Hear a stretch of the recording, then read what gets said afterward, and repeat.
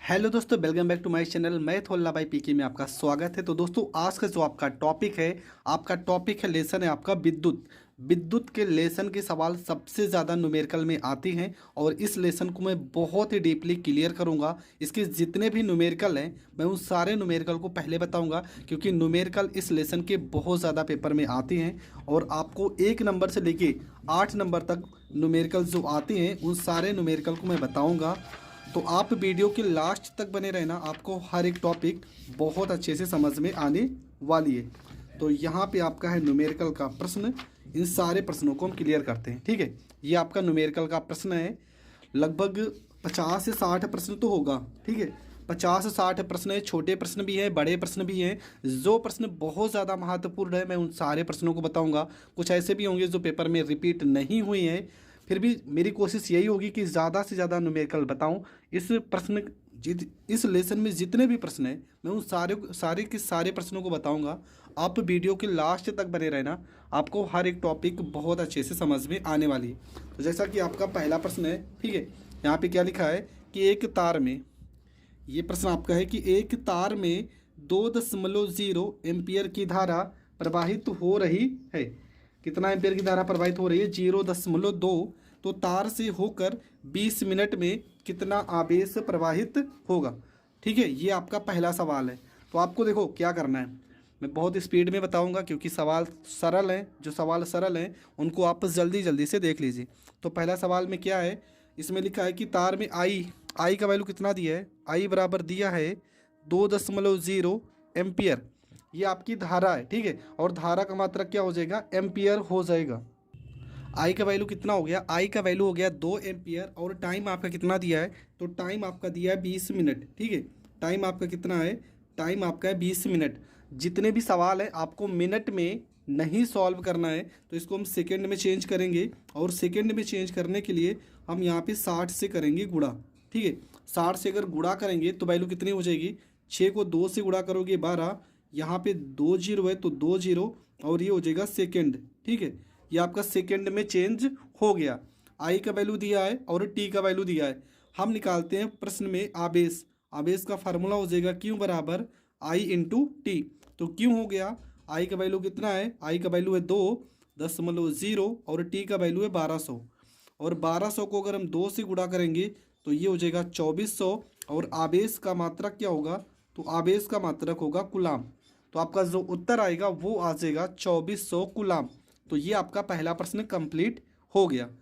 प्रश्न नंबर 2 में क्या लिखा है कि किसी वैद्युत बल्ब के तंतु से 0.5 एम्पियर वैद्युत धारा 10 मिनट तक प्रवाहित होती है।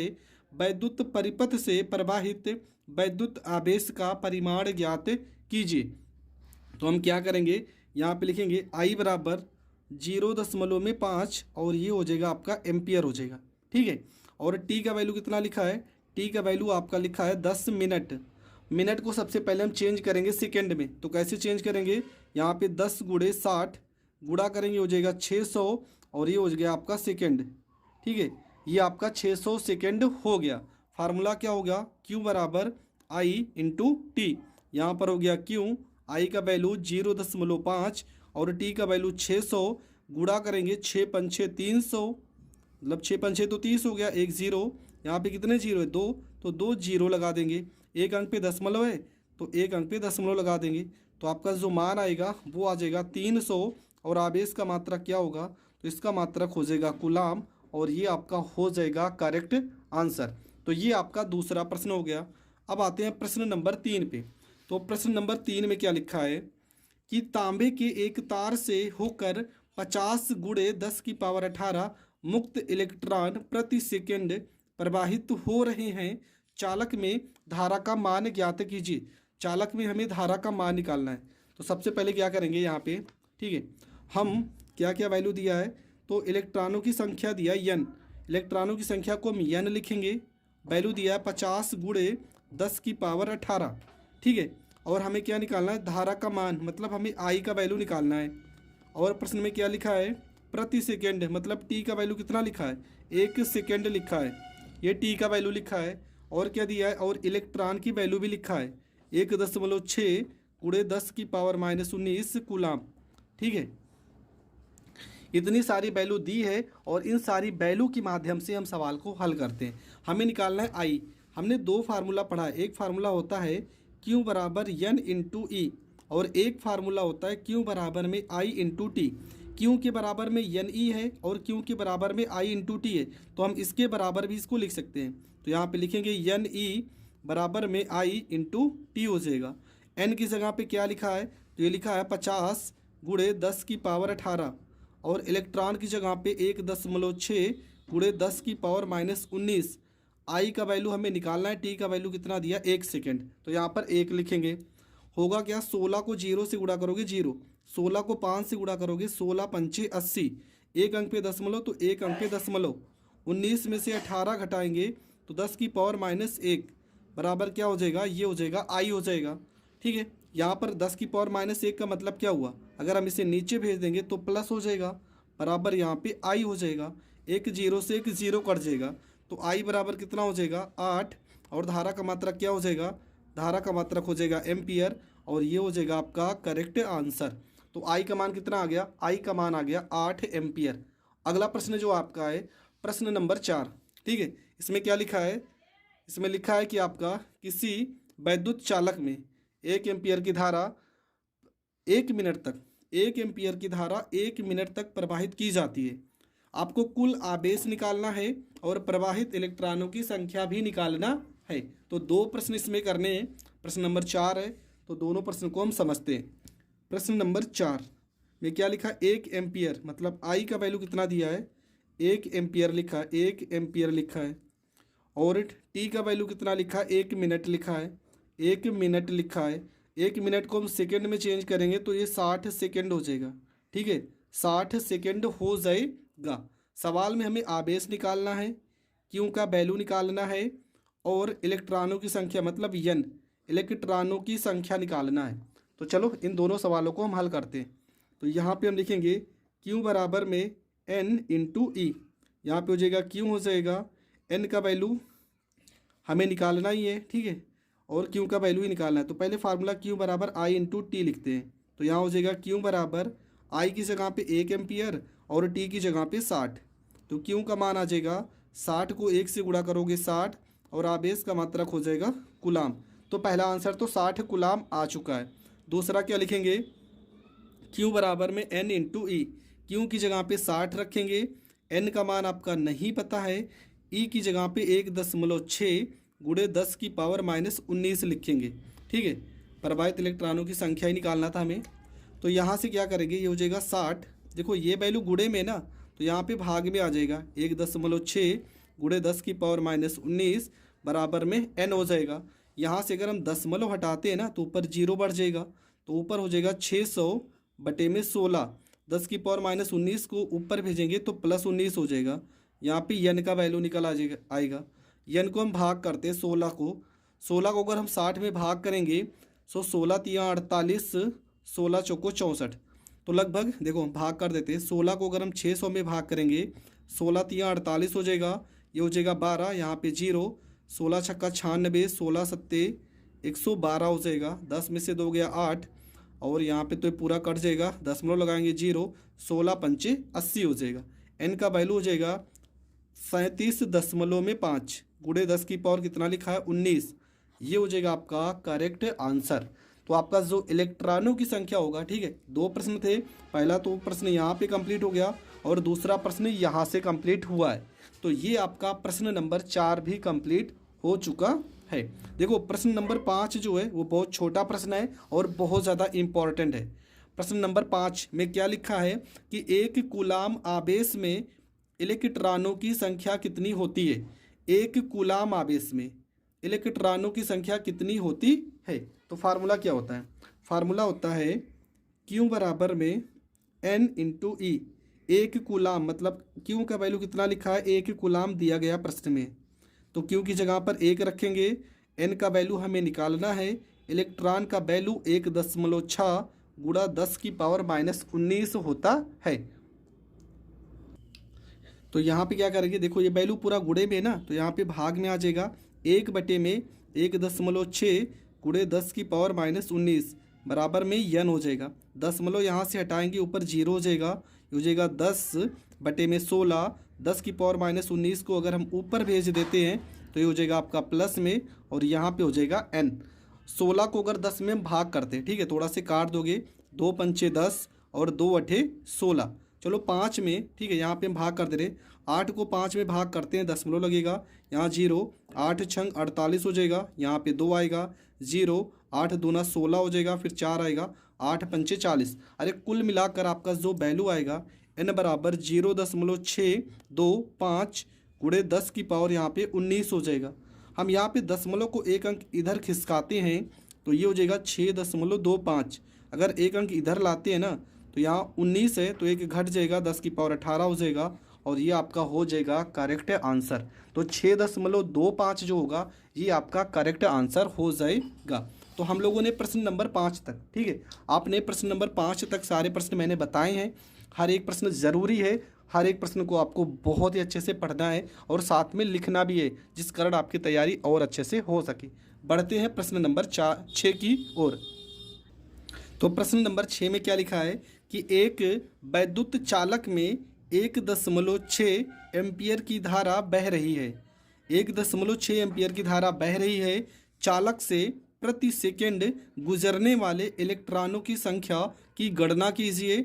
एक इलेक्ट्रॉन पर आवेश -1.6 गुणे 10 की पावर -19 कूलाम है। ठीक है, ये इतना आपका प्रश्न में लिखा गया था।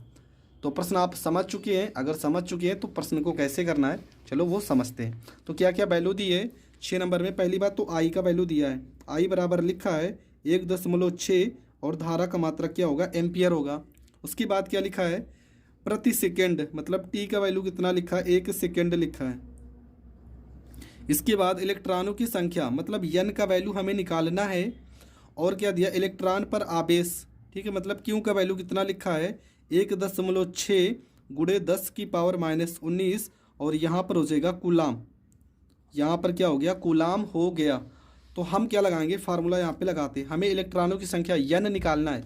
तो फार्मूला क्या हो जाएगा, फार्मूला होगा Q बराबर में एन इंटू ई। एक फार्मूला ये होता है और एक फार्मूला होता है Q बराबर में I इंटू टी।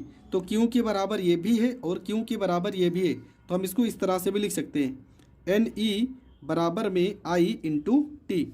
एन की जगह पे क्या, ये हमें निकालना है, और ई की जगह पे क्या होगा 1.6 गुणे 10 की पावर -19 यहाँ पर लिख सकते हैं। आई का वैल्यू क्या होगा, आई का वैल्यू 1.6 लिखा है यहाँ पे, और टी का वैल्यू कितना 1 सेकेंड लिखा है। तो 1.6 से तो 1.6 कट जाएगा, यहाँ पर आ जाएगा एन। 10 की पावर -19 गुणे में है तो यहाँ बटे में आ जाएगी 10 की पावर -19। एन बराबर -19 को अगर हम ऊपर भेजते हैं तब ये आपका +19 हो जाएगा, और ये आपका हो जाएगा करेक्ट आंसर।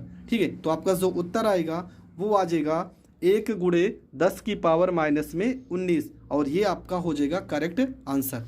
बढ़ते हैं प्रश्न नंबर 7 की ओर।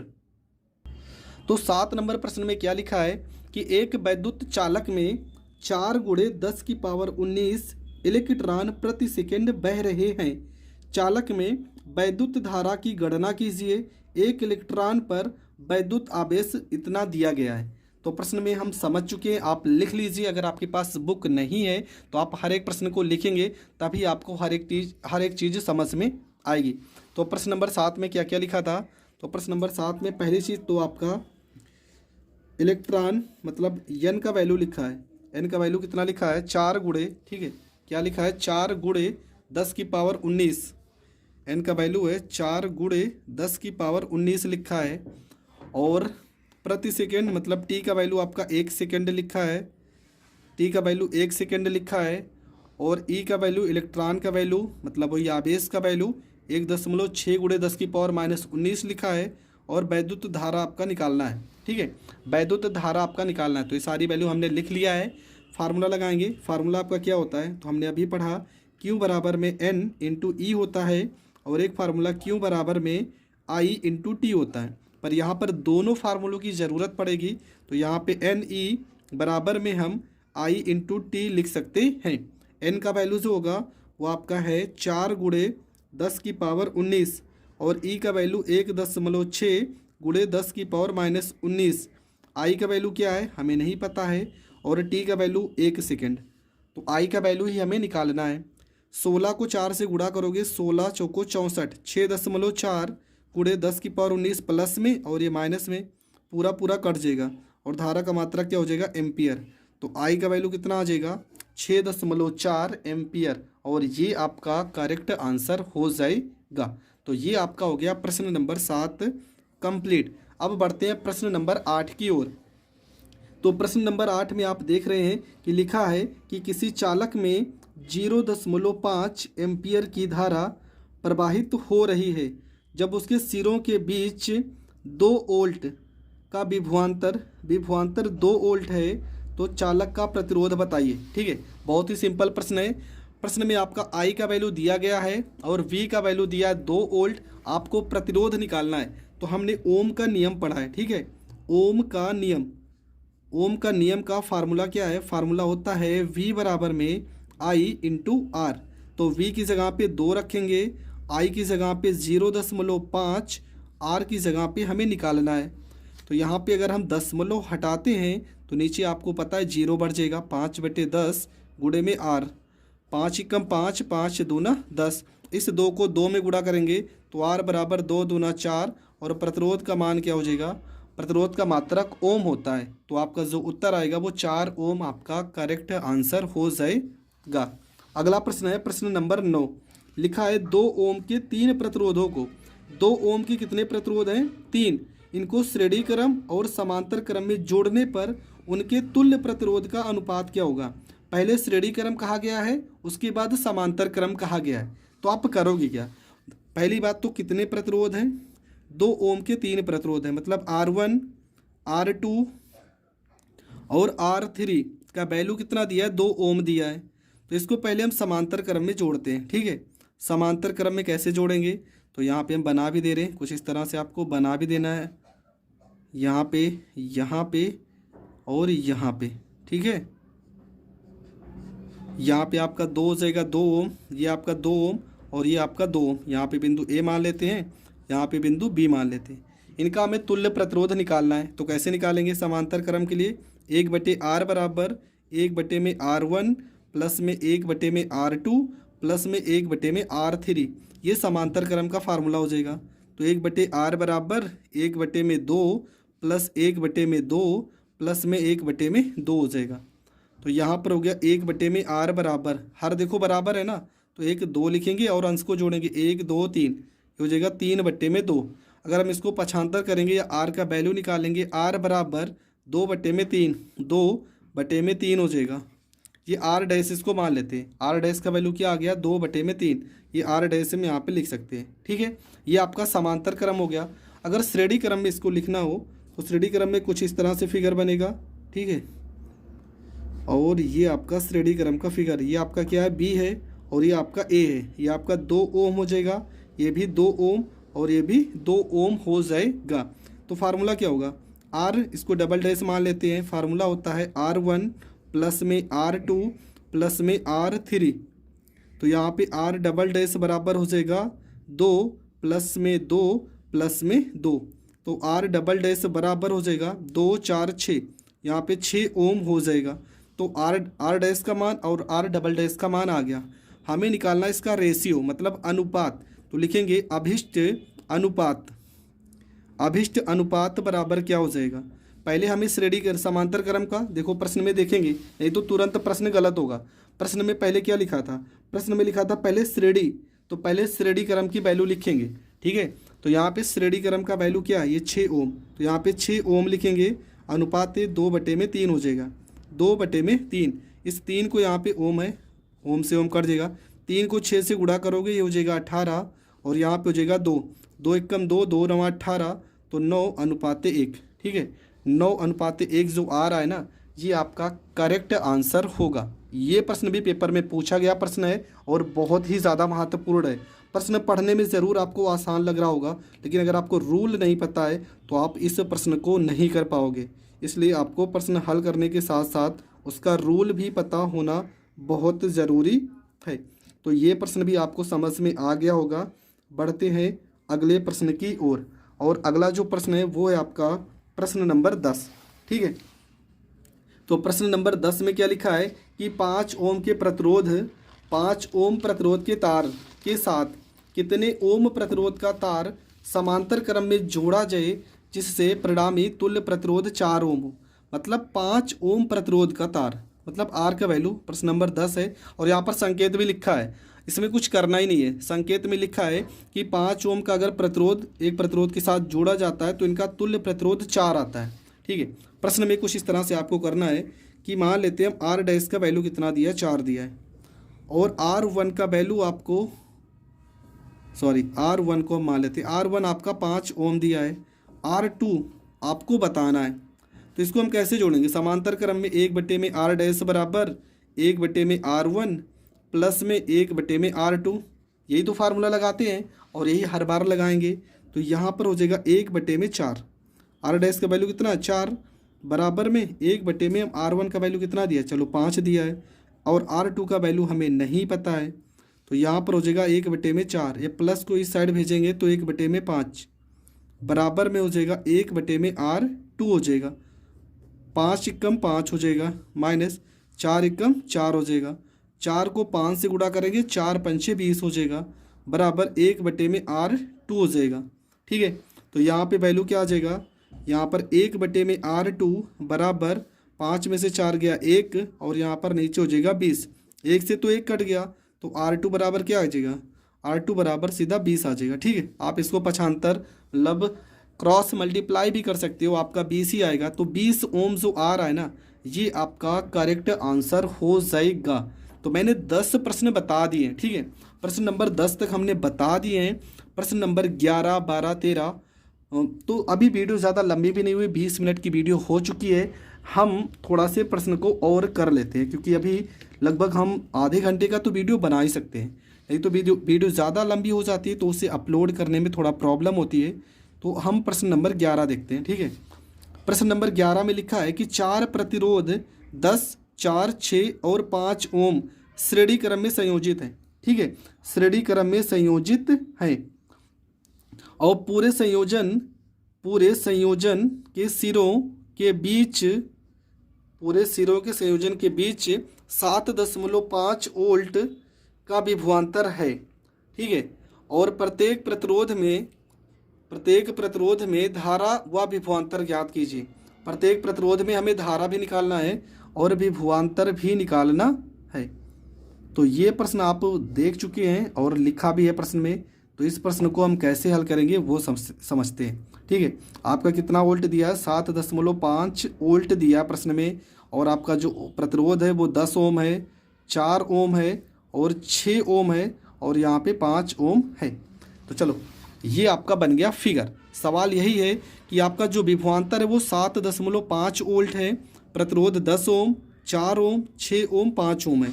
इनके बीच में जो धारा प्रवाहित हो रही होगी, ठीक है, यहाँ पे I1 होगा, I2 होगा, I3 होगा, I4 होगा। हमें ये वैल्यू निकालना है और कुल धारा जो प्रवाहित हो रही है ना उसकी वैल्यू भी निकालना है। तो पहली बात तो ये कौन से क्रम में जुड़े हैं, तो ये है जुड़े श्रेणी क्रम में। इसका डेरिवेशन मैंने बताया है, अगर आपने नहीं देखा तो प्लेलिस्ट में जाकर देख सकते हैं। तो ये श्रेणी क्रम में जुड़े हैं। तो पहले हम तुल्य प्रतिरोध निकालते हैं। तो यहाँ पे R1 बराबर आपका हो जाएगा 10 ओम हो जाएगा, R2 बराबर हो जाएगा 4 ओम हो जाएगा, R3 बराबर हो जाएगा 6 ओम हो जाएगा, R4 बराबर हो जाएगा 5 ओम हो जाएगा। तो R बराबर यहाँ पे फार्मूला हो जाएगा R1 प्लस में R2 प्लस में R3 प्लस में R4 हो जाएगा। तो R बराबर हो जाएगा यहाँ पे 10 प्लस में 4 प्लस में 6 प्लस में 5, सबको जोड़ेंगे 10 4 14, तो टोटल कितना आएगा 6 4 10 10 20 5 25। तो टोटल आपका 25 ओम आ जाएगा। फार्मूला क्या होता है, V बराबर में I इंटू आर। तो यहाँ पे V का वैल्यू कितना दिया था 7.5, I का वैल्यू हमें निकालना है, R का वैल्यू कितना आ गया 25। 25 से अगर इसे काटेंगे 25 से यहाँ 75, दशमलव है तो यहाँ पे दशमलव लग जाएगा। I का वैल्यू हो जाएगा 0.3 और धारा का मात्रक क्या हो जाएगा, एम्पियर हो जाएगा। तो इससे तो ये पता चल गया कि परिपथ में कुल प्रवाहित धारा कितनी होगी। तो कुल प्रवाहित धारा आपकी हो जाएगी 0.3 एम्पियर।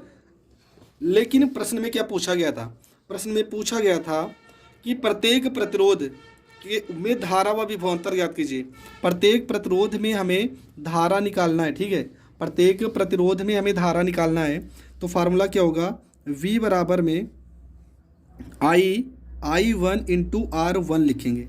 तो V का वैल्यू कितना दिया था 7.5 और I1 हमें निकालना है, R1 का वैल्यू कितना दिया था 10। तो यहाँ पे हो जाएगा I1 बराबर में 7.5, 10 इधर गुणे में है तो इधर भाग में जाएगा। I1 बराबर यहाँ पे एक जीरो है ना, अगर भाग करेंगे तो एक 0.0 और खिसक जाएगा, 0.75 आ जाएगा और धारा का मात्रा क्या हो जाएगा, एम्पियर हो जाएगा। पहला आंसर तो ये हो गया। दूसरा V बराबर में I2 इंटू R2 लिखेंगे। V का वैल्यू 7.5, I2 का वैल्यू हमें नहीं पता, यही तो निकालना है। R2 का वैल्यू कितना था, तो वो था आपका 4। I2 बराबर हो जाएगा 7.5 बटे में 4 हो जाएगा। अगर इसको हम काट देते हैं तो I2 बराबर 7 में 4 से भाग करोगे, 4 एकम 4, ठीक है, यहाँ पर 1 आ जाएगा, 3 हासिल जाएगा तो 35 हो जाएगा, 4 अठे 32, 4 सत्ते 28, 4 पंचे 20, ठीक है। आप काट के देखना यही आएगा और ये एम्पियर आ जाएगा। तो I2 का वैल्यू आ गया। I3 का वैल्यू निकालते हैं तो फार्मूला V बराबर में I3 इंटू R3 हो जाएगा, ये हो जाएगा 7.5। I3 हमें निकालना है, R3 का वैल्यू कितना था, तो आपका था 6 था। तो I3 बराबर हो जाएगा आपका 7.5 बटे में 6। भाग करते हैं तो I3 बराबर कितना हो जाएगा, 7 में 6 से भाग करोगे, 6 कम 6, यहाँ हासिल जाएगा 15, 6 दूना 12, हासिल गया मतलब 3 और 6 पंचे 30। तो धारा का मात्रक 1.25 एम्पियर आ जाएगा। चौथा हल करेंगे, V बराबर में I4 इंटू R4। तो V बराबर, V का वैल्यू कितना 7.5, I यहाँ पे 4 हो गया और R4 का वैल्यू कितना है, तो ये है आपका 5 और 5 से अगर 7.5 को काटोगे तो ये कट जाएगा, 5 एकम 5, 2 हासिल गया, 5.25 मतलब 1.5 एम्पियर ये आपका आ जाएगा। तो आपकी 4 उत्तर आए हैं, ठीक है।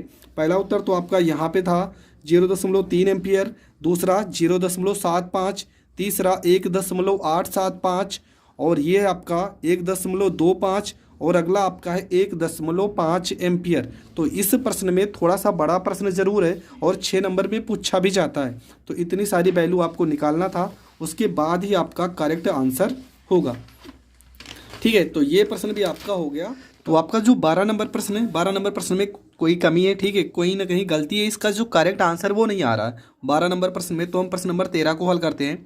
प्रश्न नंबर 13 में क्या लिखा है कि 3 प्रतिरोध 1 ओम, 3 ओम और 6 ओम, इन्हें 1.5 वोल्ट की सेल से जोड़ने पर परिपथ में कुल कितनी धारा बहेगी यदि प्रतिरोधों को श्रेणी क्रम में जोड़ा जाए और नंबर 2 समांतर क्रम में जोड़ा जाए और सेल का आंतरिक प्रतिरोध नगण्य दिया है। तो प्रश्न नंबर 13 में हमें 2 तरह से प्रश्न को हल करना है। पहले तो इसको श्रेणी क्रम में जोड़ना है और समांतर क्रम में, 1 है, 3 है और 6। तो इसका जो फिगर बनेगा कैसे बनेगा, पहले हम फिगर को बना देते हैं यहाँ पे, ठीक है। फिगर आपका जो बनेगा वो होगा आपका, यहाँ पे हम फिगर बना देते हैं पहले।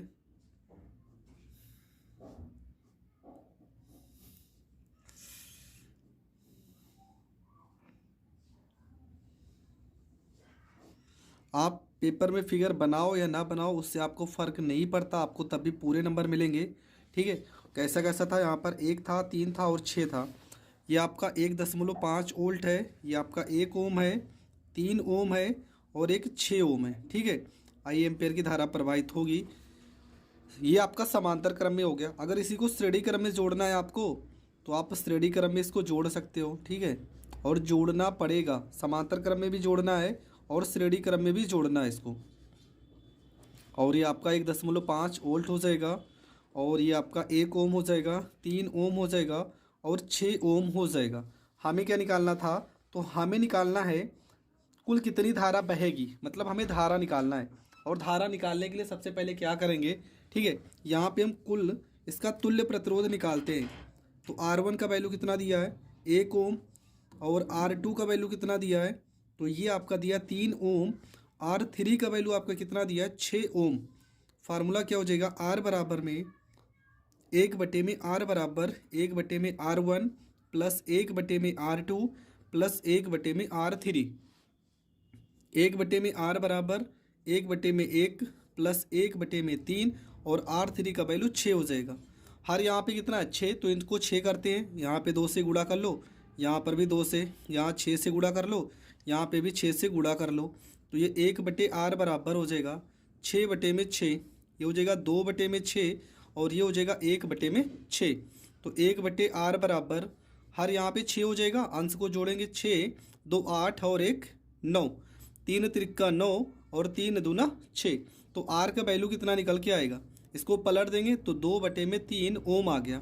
ये तो R का वैल्यू आ गया, पर हमें निकालना है धारा, और धारा के लिए फार्मूला क्या होगा, V बराबर I इंटू R। तो V का वैल्यू कितना दिया प्रश्न में 1.5, हमें I निकालना है। R का वैल्यू कितना है 2/3। यहाँ पे अगर हम दशमलव हटाते हैं तो नीचे 0 बढ़ जाएगा, 15/10 बराबर क्या हो जाएगा I गुणे में 2/3। अगर यहाँ पे कुछ कट रहा है तो काट देंगे, नहीं तो कुछ कट नहीं रहा। 3 को 15 से गुणा करेंगे 45 हो जाएगा, और यहाँ 2 इधर 10 दूना 20 बराबर I हो जाएगा। अगर 2 से 45 को काटेंगे तो I बराबर आएगा 22.5 और बटे में 10 आ जाएगा। 1 0 है ना, तो 0.1 अंक और खिसक जाएगा, वैल्यू आ जाएगा 2.25। ठीक है, वैल्यू कितना आएगा 2.25, और इसका जो आंसर होगा 0.15 एम्पियर और 2.25। ठीक है, ये प्रश्न में आंसर आ भी रहा है कि 2.25 इसका एम्पियर आंसर आ रहा है। और दूसरा करते हैं, क्योंकि इसमें 2 प्रश्न है, तो पहला आंसर तो ये हो गया 2.25 एम्पियर। ठीक है, एक आंसर तो आपका 2.25 आएगा, लेकिन इसको हमें कौन से क्रम में जोड़ना है, इसको श्रेणी क्रम में भी तो जोड़ना है। तो R बराबर क्या हो जाएगा 1 प्लस में 3 प्लस में 4, R बराबर निकल के आएगा R डैश, इसको मानेंगे 4 3 7 और 1 8 ओम हो जाएगा। फार्मूला V बराबर में I इंटू R लिखेंगे, V की जगह पे 1.5, I हमें निकालना है, R की वैल्यू हो गई 8 हो गई, I बराबर हो जाएगा 1.5 और 8 इधर बट्टे में आ जाएगा। अब यहाँ से कुछ वैल्यू कट रही है तो काटेंगे, अगर नहीं कट रही तो नहीं काटेंगे। यहाँ दशमलव उठाएंगे 15/80 हो जाएगा। अगर इसको काटना चाहें तो हम 5 से काट सकते हैं, 5 या 15, और 5 से इसे काटेंगे तो 3/16। ठीक है, इसका मान कितना हो जाएगा, इसका मान हो जाएगा 3/16, और 3/16 को अगर आप भाग करोगे दशमलव में तो 0.3 मतलब 16 दूना 32 कुछ समथिंग में आएगा। तो आप यहाँ पर भी छोड़कर आ जाओगे तब भी आपको पूरे नंबर मिलेंगे, तो आप यहाँ तक भी छोड़ के आ सकते हो पेपर में। तो ये प्रश्न भी आपका हो गया कंप्लीट। प्रश्न थोड़ा सा बड़ा है, 4 नंबर में पूछा जाता है तो थोड़ा तो बड़ा रहेगा ही प्रश्न। फिर भी अगर कहीं पर आपको प्रॉब्लम है तो कमेंट बॉक्स आपके लिए है, आप वहाँ पर जाके जो भी आपकी प्रॉब्लम है वो पूछ सकते हो। तो प्रश्न नंबर आपका 14 नंबर प्रश्न में क्या लिखा है, प्रश्न है लिखा है 10 ओम के एक तार से कितने ओम का तार किस प्रकार संयोजित किया जाए कि परिणामी प्रतिरोध 4 ओम का हो जाए। 10 ओम के एक तार से, ठीक है, प्रश्न हम समझ चुके हैं। कह रहा कि परिणामी प्रतिरोध कितना हो जाए 4, तो 1/4 लिखेंगे। ठीक है, 1/R हम इसको यहाँ पे n मान लेते हैं। ठीक है, हमें वही बताना कितने ओम के प्रतिरोध, चलो R मान लेते हैं। 1/R प्लस में 1/10 लिखा है कि परिणामी प्रतिरोध कितना हो जाए 4, तो जो परिणामी होगा वो बराबर के इस साइड लिखेंगे, और 1/4 प्लस 1/10, तो यहाँ पर हो जाएगा 1/4 प्लस 1/10 को इस साइड भेजेंगे माइनस 1/10 बराबर 1/R हो जाएगा। 10 को 1 में गुणा करेंगे, 10 एकम 10 और 4 एकम 4, 10 चौको 40 हो जाएगा, बराबर हो जाएगा 1/R हो जाएगा। तो यहाँ पर 1/R बराबर 10 में से 4 गया 6/40 हो जाएगा। अगर ये कट रहा है तो इसे काट देंगे, 2 से काटेंगे 2 3 6 और 2 से काटेंगे 20। तो R का जो वैल्यू निकल के आएगा इसको पलट देंगे तो हो जाएगा 20/3 ओम, और ये आपका हो जाएगा करेक्ट आंसर। तो R का वैल्यू कितना आ जाएगा 20/3 ओम आ जाएगा। अगला आता है प्रश्न नंबर 15। प्रश्न नंबर 15 में क्या लिखेंगे? तो प्रश्न नंबर 15 आपका क्या है कि 2, 3, 6 ओम प्रतिरोध के 3 चालकों को एक सेल से किस प्रकार संयोजित किया जाए कि सेल से होकर प्रवाहित धारा का मान अधिकतम हो। अगर अधिकतम की बात करेगा तो आप हमेशा समांतर क्रम में जोड़ोगे, ठीक है। अगर प्रश्न में अधिकतम लिखा है ना तो आप समांतर क्रम में ही जोड़ोगे। और फिर लिखा सेल से संयोजन का परिपथ आरेख भी बनाइए, परिपथ के तुल्य प्रतिरोध की गणना कीजिए यदि सेल का आंतरिक प्रतिरोध नगण्य हो। तो पूरा प्रश्न हम समझ चुके हैं। प्रश्न में 2, 3 और 6। तो पहले आपको फिगर बना देना है यहाँ पे।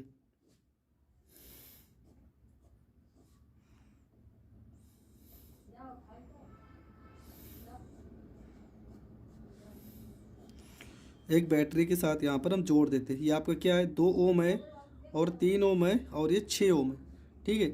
2 ओम है और 3 ओम है और 6 ओम है। ये आपको फिगर बना देना है। फिर यहाँ पे लिख देना है R1 बराबर कितना दिया है, 2 ओम। R2 बराबर कितना दिया है, R2 बराबर 3 ओम दिया है।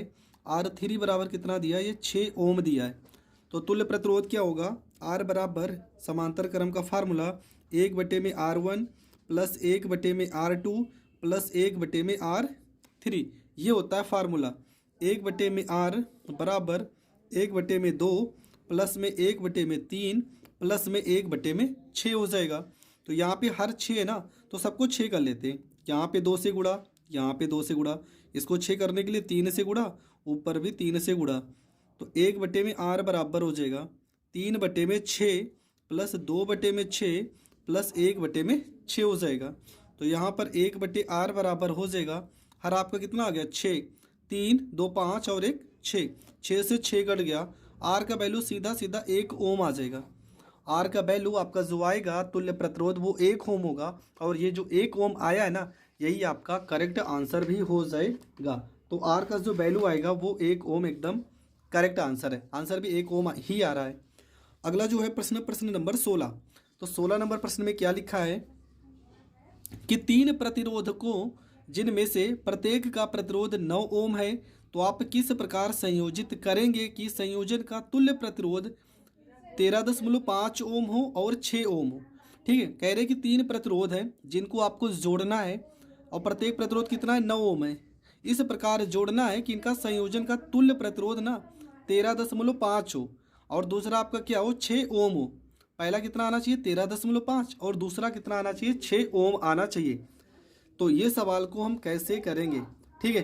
13.5 हमें कैसे लाना है, तो सबसे पहले 9 ओम है, ठीक है। मतलब R1 आपका 9 ओम है, R2 का वैल्यू भी कितना है, ये भी 9 ओम है, और R3 का वैल्यू भी कितना है, तो ये भी 9 ओम है, ठीक है। R1, R2 और R3 इन तीनों का मान दिया गया है, तीनों का मान लिखा है ना। तो हम क्या करेंगे, इसको सबसे पहले अगर हम यहाँ पे समांतर क्रम में जोड़ के इसको अगर हम श्रेणी क्रम में जोड़ते हैं तब देखते हैं कि क्या वैल्यू आती है, ठीक है। यहाँ पे हम इसको लिख देते हैं 9 ओम दिया है और ये आपका 9 ओम दिया है, ये यहाँ पर आपका 9 ओम हो गया। देखो ये दोनों कौन से क्रम में, तो ये दोनों है समांतर क्रम में। अगर ये दोनों समांतर क्रम में तो इनको पहले हम ऐड करते हैं। तो यहाँ पे 1/R बराबर हो जाएगा 1/9 प्लस 1/9, हर बराबर है तो 1/R बराबर यहाँ पे 9 लिखेंगे, एक में एक जोड़ेंगे तो ये 2 हो जाएगा। R बराबर ये पलट जाएगा, क्या हो जाएगा 9/2, और 2 से अगर 9 को काटते हैं तो R का मान कितना आ जाएगा 4.5, ठीक है। 4.5 ओम आ गया। अब R का वैल्यू आ गया, इस R में ये 9 का वैल्यू जोड़ेंगे तो लिखेंगे, यहाँ पे लिख देते हैं कुल प्रतिरोध, कुल प्रतिरोध क्या हो जाएगा, R डैश मान लेते हैं इसको। तो यहाँ पे कितना आया 4.5 और प्लस में 9, क्यों, क्योंकि ये श्रेणी क्रम में जुड़ा है, ये श्रेणी क्रम में जुड़ा है। तो 9 में 4 जोड़ेंगे कितना आ जाएगा 13.5 ओम। ये आपका करेक्ट आंसर आ गया, ठीक है। पहला प्रश्न तो यही पूछा था कि कौन से क्रम में जोड़ा जाए। अब अगला प्रश्न में देखो, पहला प्रश्न में आंसर हमारा कितना आना चाहिए, तो यहाँ पर आंसर कितना आ रहा है 13.5 ओम, और दूसरे कंडीशन में कितना आना चाहिए 6 ओम आना चाहिए। तो इस वाले कंडीशन में हम क्या करेंगे, पहले तो 2 प्रतिरोधों को हम कौन से क्रम में जोड़ते हैं, श्रेणी क्रम में जोड़ते हैं। यहाँ पे 9 ओम हो गया और ये 9 ओम हो गया, ठीक है। दो प्रतिरोधों को हम श्रेणी क्रम में जोड़ते हैं और ये तीसरे प्रतिरोध को हम समांतर क्रम में जोड़ देंगे यहाँ पे, ठीक है। यहाँ पे हम जोड़ देते हैं कुछ इस तरह से। ये आपका हो गया 9 ओम हो गया। तो होगा क्या, यहाँ पे इस तरह से आपको दर्शा देना है। तो फार्मूला हो जाएगा R बराबर 9 प्लस में 9। तो R बराबर क्या हो गया, श्रेणी क्रम में जोड़ोगे तो 18 ओम हो गया और फिर ये समांतर क्रम में लिखा है। तो R बराबर हो जाएगा 1/R बराबर 1/18 प्लस में 1/9। 2 से गुणा और 2 से गुणा कर लेंगे तो हो जाएगा 1/R बराबर में 1/18 प्लस में 2 एकम 2 और 9 दूना 18। तो यहाँ पे हर बराबर है तो 2 में 1 जोड़ेंगे 3 और बटे में क्या हो जाएगा 18 और 3 से अगर 18 को काट देंगे तो क्या आ जाएगा 1/6। तो आर का वैल्यू कितना आ जाएगा, आर का वैल्यू सीधा सीधा आ जाएगा 6 ओम। तो ये आपका करेक्ट आंसर हो जाएगा। तो करना क्या है कि पहले दो प्रतिरोधों को हम समांतर क्रम में जोड़ेंगे। ये आपका कौन सा क्रम है, समांतर क्रम में जोड़ेंगे। उसके बाद एक प्रतिरोध को श्रेणी क्रम में जोड़ेंगे। दूसरे कंडीशन में क्या करेंगे कि दो प्रतिरोधों को हम श्रेणी क्रम में जोड़ेंगे और तीसरे प्रतिरोध को समांतर क्रम में जोड़ेंगे। तब हमारा जो उत्तर आएगा वो करेक्ट उत्तर आ जाएगा। तो ये प्रश्न हो गया आपका कंप्लीट। और ये प्रश्न नंबर आपका कौन सा था, तो ये प्रश्न नंबर आपका था 16। तो 16 नंबर प्रश्न तक हमने बता दिया है हर एक प्रश्न को। तो अगला जो प्रश्न है वो है प्रश्न नंबर 17। और 17 से लेके जितने भी प्रश्न हैं, अब अधिकतम प्रश्न ऐसे हैं जिसमें फिगर होंगे, ठीक है। यहाँ पर देख लीजिए ये फिगर वाले प्रश्न है। तो फिगर वाले जितने भी प्रश्न हैं मैं इन सारे का जो नेक्स्ट वीडियो होगा उसमें बताऊंगा, क्योंकि वीडियो बहुत ज़्यादा लंबा हो गया है। तो अगला जो वीडियो होगा उसमें प्रश्न नंबर 17 से मैं स्टार्ट करूंगा और जितने भी महत्वपूर्ण प्रश्न हैं उन सारे प्रश्नों को बताऊंगा। तो मिलेंगे नेक्स्ट वीडियो में, तब तक के लिए जय हिंद, जय भारत।